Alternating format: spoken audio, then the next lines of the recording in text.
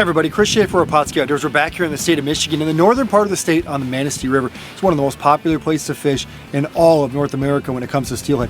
We're on an expedition today. We're doing something a little bit different. The fire is staying in the car, and we're going to try out here today with Pautzke fireballs and see if we can get into a couple steelhead here in the dead of winter. Remember, dead of winter, January, means you're going to have a tough bite. So we're hoping just to catch a couple fish today. Let's see how we do.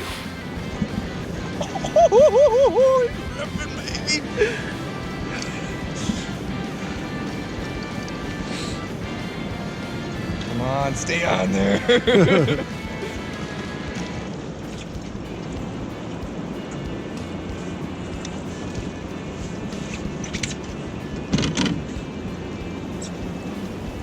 Right below the anchor line.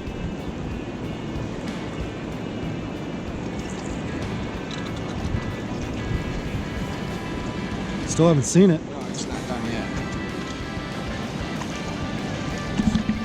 Didn't somebody tell this fish it's winter?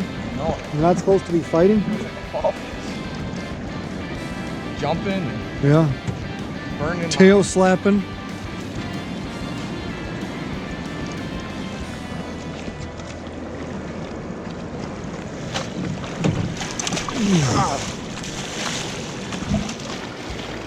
Yeah, buddy. Yeah, jeez, that's a pretty fish. Nice chromer. Just picked this guy up on a Pautzke Chinook fireballs, doing some flow fishing. It's mid-January and we're catching some chrome. Nice chromers. Bobber down, baby. Number 2. Not a big one, but We'll take him. we'll take him. It's winter time. Beggars can't be choosers. He's not a monster. He is not. Trying to get the cameraman.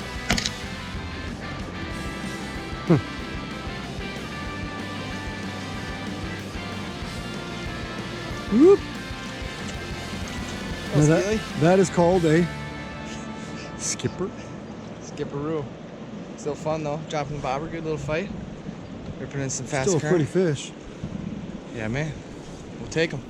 So the bait we're running today is Pautzke fireballs. We have them tied up in spawn sacks with about 3 to 5 eggs in each sack. And you know what I really love about these fireballs is, you know, if you don't have any fresh eggs and you don't want to kill fish, this is a great way to get fishing and be productive. You know, in the river, I haven't seen scent really play a difference. It's mostly just color and presentation, you know, with that moving current. The beach fishing is a different story, but in the river, you know, I haven't seen any difference. And, you know, I put these next to regular Chinook eggs, and I honestly can't tell a difference in the color, and the fish love them. And they just work phenomenal. So those are the Chinook eggs, and I'll show you guys some coho eggs here. We also have these, and I like to tie them both up just to give the fish a little variety. So you can see the coho eggs are just a little bit darker. These are some coho eggs on the left here, and they're just a little bit darker, and they look identical to coho eggs as well, and they both work phenomenal and very productive here for our steelhead. So I just want to show you guys what they look tied up in sacks. So I think I have about 3 eggs tied in one. I have about 5 tied in the other. One's in chartreuse and one's in white, and that's what they look like. I mean, if you put those next to a regular salmon, you know, salmon egg bag, you won't be able to tell the difference.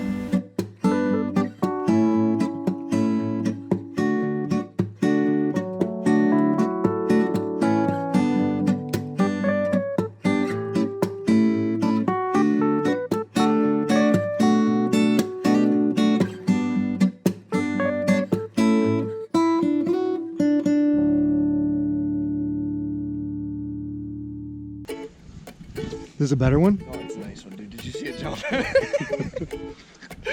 Freaking skyrocketed like 5 times. It's a nice one. Looks like about 8-10 pounds.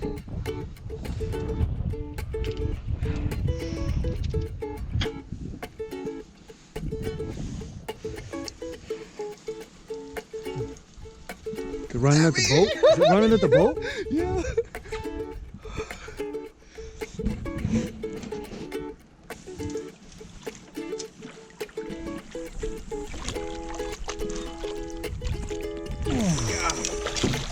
Yeah. All right. This is a gorgeous Michigan steelhead here. This one was on Pautzke fireballs tied in sacks. Again, three to five fireballs per sack. Doing a little float fishing. Bobber down, baby, bobber down.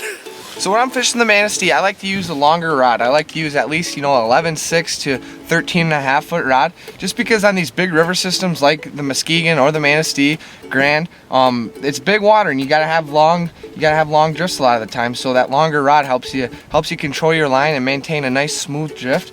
So what I have here is I have a 13 foot Nova custom center pin rod, and on my reel here, I have 12-pound test Trilene XT smooth cast. It's monofilament. You want to make sure you run monofilament because it floats on top of the water, and that's best for float fishing. So on my main line here, I have a 15-gram fast and deep Raven float. I like these floats the best because we fish a lot of fast, deep current seams, and these floats ride the current seams really nice. So I'll have right below my float, I'll put one small black, just one round split shot right below my float. Then I'll just taper split shot all the way down to my small black barrel swivel, about 2 feet below my float. And I can adjust the distance between my float and my barrel swivel just depending on the hole.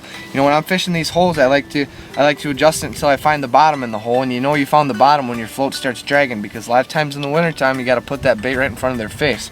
So off my barrel swivel here, I have about a 2.5 foot leader of 10-pound test fluorocarbon, and same thing on my leader. I just have split shot tapered down, so I have 2 decent sized round split shot, and I have one small one just by my hook. And I like to use the round split shots because the ones, split shots that have the ears on them, they kind of tread the water. You don't get the nice smooth drift, but that's about it. You want that bobber riding nice and vertical as it floats down through the hole. If it's leaning downstream like this or leaning upstream like that, especially in the wintertime, the fish usually won't hit it. So they like it nice and vertical, that nice smooth drift. So that's pretty much all there is to it. Just fishing these nice holes, and picking away at the fish. We got him! Oh, dude, he's going down below the gravel. He's way down there below the gravel. Just so you know, he told me he didn't think he was going to catch one in this whole second cast. A little whop to the bottom, actually. That was my kind of fishing. Just sitting in that heavy current? Yeah, well, he's down below that next gravel bar. So when these fish go way down in the current, and they're way down there, I never pull the anchor on them, but if you just put your rod low like this, you just hold on to him, away from the tire out, and once he's ready, he'll start coming back to you. And a lot of times like this, he'll swim right back up to you. Okay, now he's right here. Especially when there's a lot of boats. Didn't even have to pull the anchor.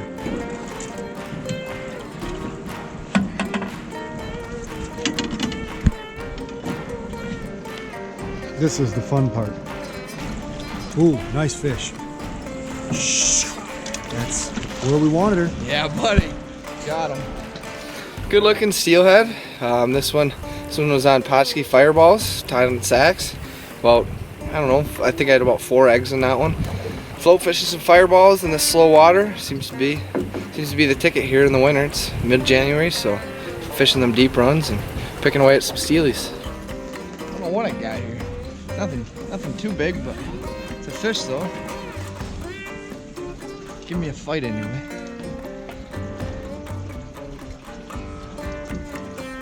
Might be your brown. I hope it is. You finally switched over to those coho fireballs. Told you were going to get a bite on them. A little steely looks like. Is that a steely? It's got some color to it.